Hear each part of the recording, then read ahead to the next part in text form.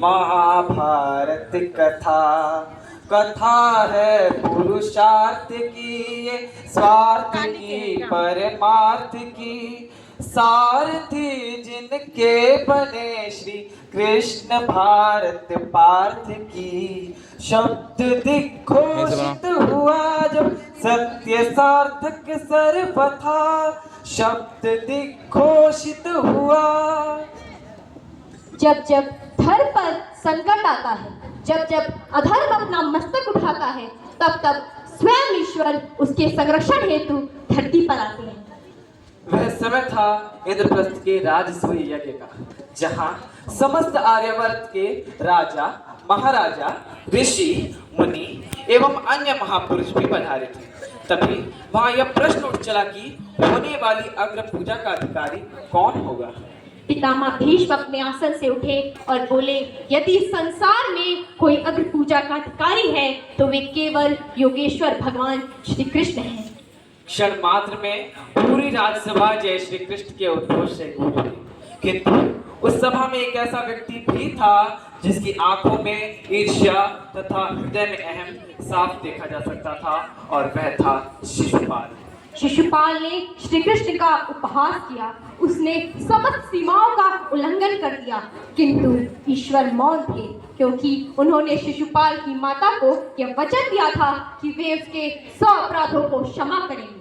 10 अपराध, 20 अपराध, 50 अपराध, 90 अपराध और अंततः 100 अपराध पूर्ण हुए। शिशुपाल, अभी भी समय है, मैं तुम्हें एक अंतिम अवसर प्रदान करता हूँ, अन्यथा इसका अंजाम तुम्हारे लिए उचित नहीं होगा, तुम्हारे लिए उचित नहीं होगा।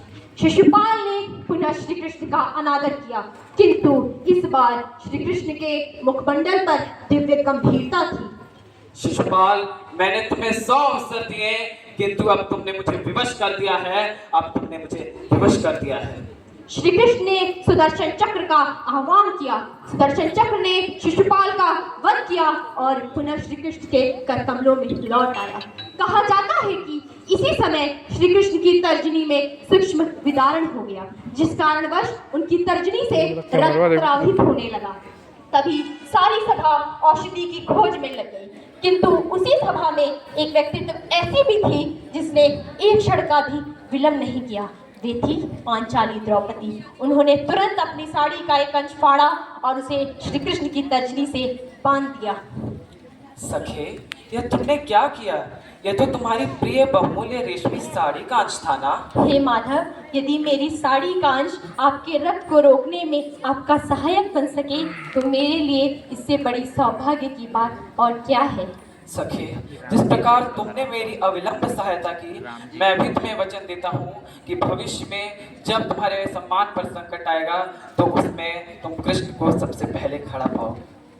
समय अपनी गति से चलता रहा। दुर्योधन के हृदय में ईर्ष्या का विष बढ़ता चला गया। दुर्योधन ने मामा शकुनी के संग मिलकर युद्ध सभा में षड्यंत्र रचा। धर्मराज युधिष्ठिर अपना सर्वस्व हारते चले गए। धर्म चला गया, पाठ चला गया, संपत्ति चली गई, भ्राता चले गए और अंततः उन्होंने द्रौपदी को भी दांव पर लगा दिया।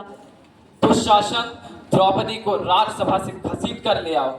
जिसके बाद दुशासन ने बड़ी बर्बरता से पांचाली के केशों को खींचते हुए राजसभा की चौखट पर लाकर छोड़ दिया। हे पितामह, क्या एक ऐसे व्यक्ति को अपनी अर्धांगिनी को दांव पर लगाने का अधिकार है जिसने स्वयं को ही हार दिया हो? यह प्रश्न स्वयं पांचाली का नहीं था, यह धर्म का प्रश्न था, किंतु द्रोण मौन रहे, पितामह भीष्म मौन रहे, गुरु कृप मौन रहे, पूरी सभा मौन रहे। हे पितामह, क्या आज धर्म मौन हो गया है? क्या आज इस सभा में ऐसा कोई नहीं जो एक नारी के न्याय के लिए लड़ सके? क्या आज इस सभा में सबने स्वयं धर्म को विस्मृत कर दिया है? दुर्योधन ने क्रोधपूर्वक आदेश दिया, दुशासन, इसका चीर हरण करो। जिसके बाद पांचाली ने मदद की उम्मीद में अपने दोनों हाथों से वस्त्र को पकड़े रहने की कोशिश की, किंतु जब उसे ऐसा आभास हुआ कि अब उसका इस संसार में कोई नहीं है, तब उसने अपने दोनों हाथों को आकाश की ओर उठा दिया। हे माधव, आज मेरी नहीं, आज धर्म की लज्जा संकट में है। हे गोविंद, अगर मैंने आज तक कभी धर्म का परित्याग नहीं किया, पूरा कर लो, पूरा अगर मैंने आज तक कभी धर्म का परित्याग नहीं किया, यदि मेरी भक्ति में कभी कोई कमी नहीं रह गई, तो हे श्री कृष्ण आज मेरी सहायता करिए, मुझे आज आपकी आवश्यकता है। प्रिय, जिस प्रकार तुमने मेरी सहायता उस दिन राजसभा में की, आज मैं भी अविलंब रूप से तुम्हारी सहायता करने के लिए तत्पर हूँ।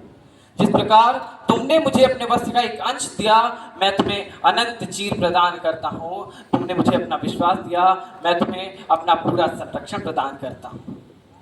इसी क्षण एक अलौकिक चमत्कार घटित हुआ। दुशासन जितना वस्त्र खींचता जाता, वस्त्र उतना ही नवीन और अधिक प्रकट होता जाता। समझ में नहीं आ रहा था कि नारी बीच सारी है कि सारी बीच नारी है, कि नारी में ही सारी है कि सारी में ही नारी है। यह बिल्कुल मत समझना कि मैं तुम्हारे वस्त्र का प्रतिदान कर रहा हूँ। मैं तुम्हारे विश्वास का प्रतिदान कर रहा हूँ, तुम्हारे विश्वास का प्रतिदान कर रहा हूँ। आज के संसार में मैं इतना ही कहता हूँ कि अगली बार जब कोई द्रौपदी राजसभा से आवाज दे, तो हम किसी कृष्ण की प्रतीक्षा ना करते हुए खुद कृष्ण के आदर्शों पर चलकर उस पांचाली को बचा लें। यही श्री कृष्ण के प्रति सच्चा आदर्श है, सच्ची आत्मीयता है और सच्चा विश्वास है। जहाँ धर्म है वहाँ कृष्ण है, और जहाँ श्री कृष्ण है वहाँ नारी का सम्मान सदा सर्वदा सुरक्षित रहता है। सीख हम बीते युगों से नए युग का करे स्वागत, करे स्वागत, करे स्वागत, करे स्वागत। महाभारत